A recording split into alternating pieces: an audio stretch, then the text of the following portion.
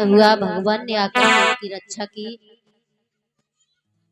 पांचों पांडव द्रौपदी को लेकर के 12 वर्ष वनवास और 1 वर्ष का अज्ञातवास के लिए चले जाते हैं।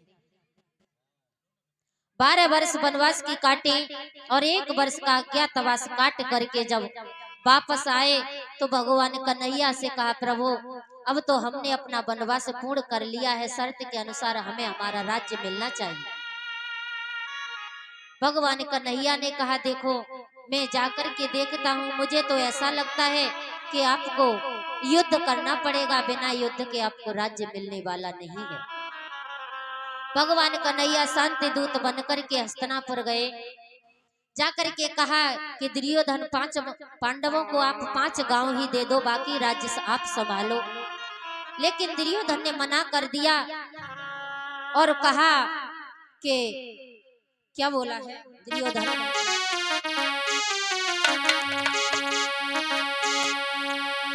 अरे दुर्योधन वचन उचारो,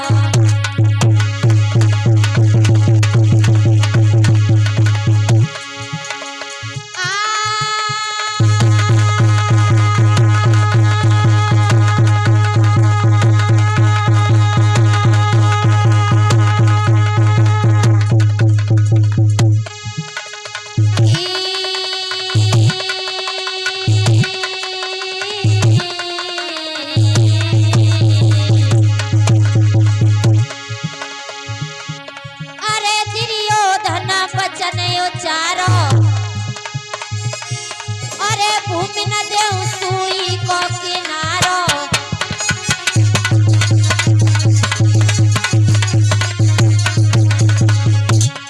जब दुर्योधन ने मना कर दिया तो भगवान कन्हैया कहने लगे, तब मोहन ने बात बताई और तो दुर्योधन हुई लड़ाई।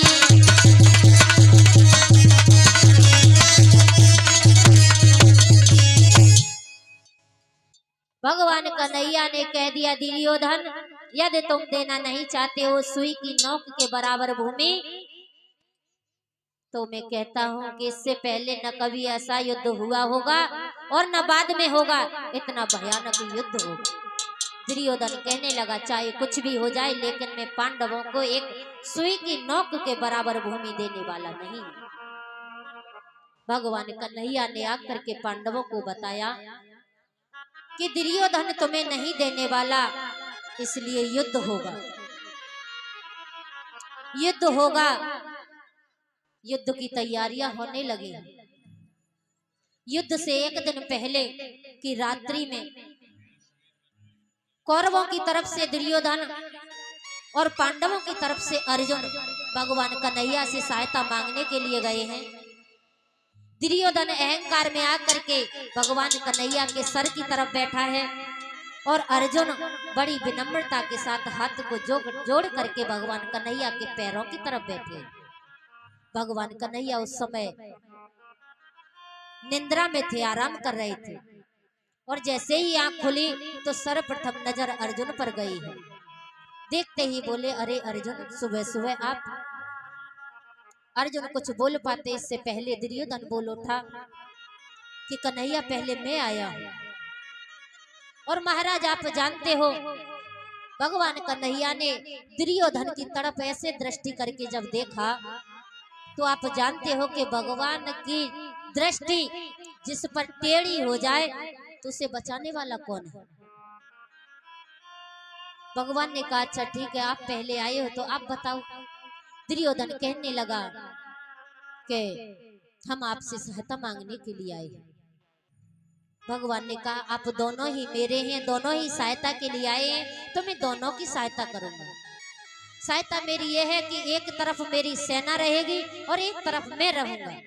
सेना मेरी युद्ध करेगी लेकिन मैं युद्ध भूमि में अस्त्र नहीं उठाऊंगा, मैं लड़ूंगा नहीं और अकेला रहूंगा। दुर्योधन पहले आप बोलो क्या लेना चाहते हो। दुर्योधन ने सोचा अकेले रहेंगे और वो भी अस्त्र उठाएंगे नहीं तो इनसे क्या फायदा, इससे तो इनकी सेना ले लो। दुर्योधन ने कहा ठीक है मुझे सेना चाहिए। दुर्योधन चला गया अर्जुन से कहा, अर्जुन तुम्हारे पास अब कुछ नहीं है। और कन्हैया क्या बोले कि हार तो तेरी निश्चित है।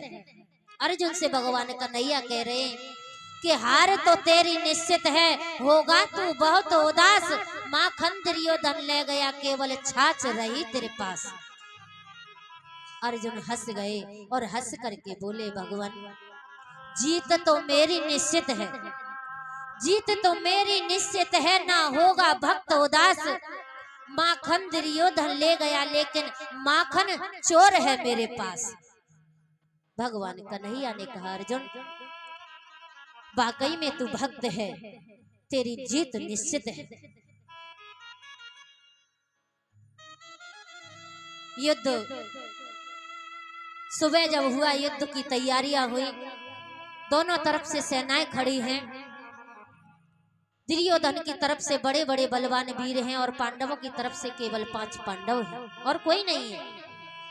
भगवान कन्हैया अर्जुन के रथ के सारथी बने हैं।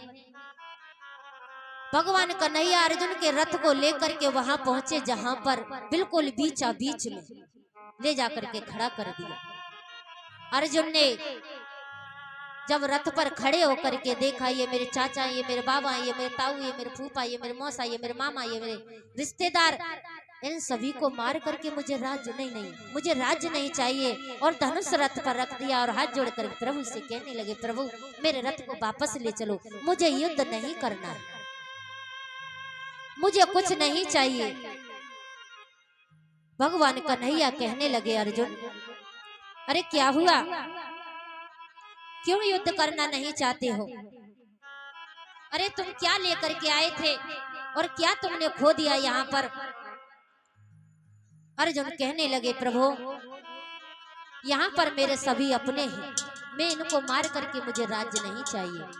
तो युद्ध भूमि में भगवान कन्हैया ने अर्जुन को गीता का उपदेश कराया है। यदा यदा हे धर्मस्य ग्लानिर्भवति भारत अभ्युत्थानम धर्मस्य तदात्मानं सृजाम्यहम्। हे अर्जुन, जब जब इस पृथ्वी पर अधर्म बढ़ता है और धर्म की हानि होती है, तब तब मैं किसी ना किसी रूप में अवतार लेता हूँ। अर्जुन तुम क्या लेकर के आए थे?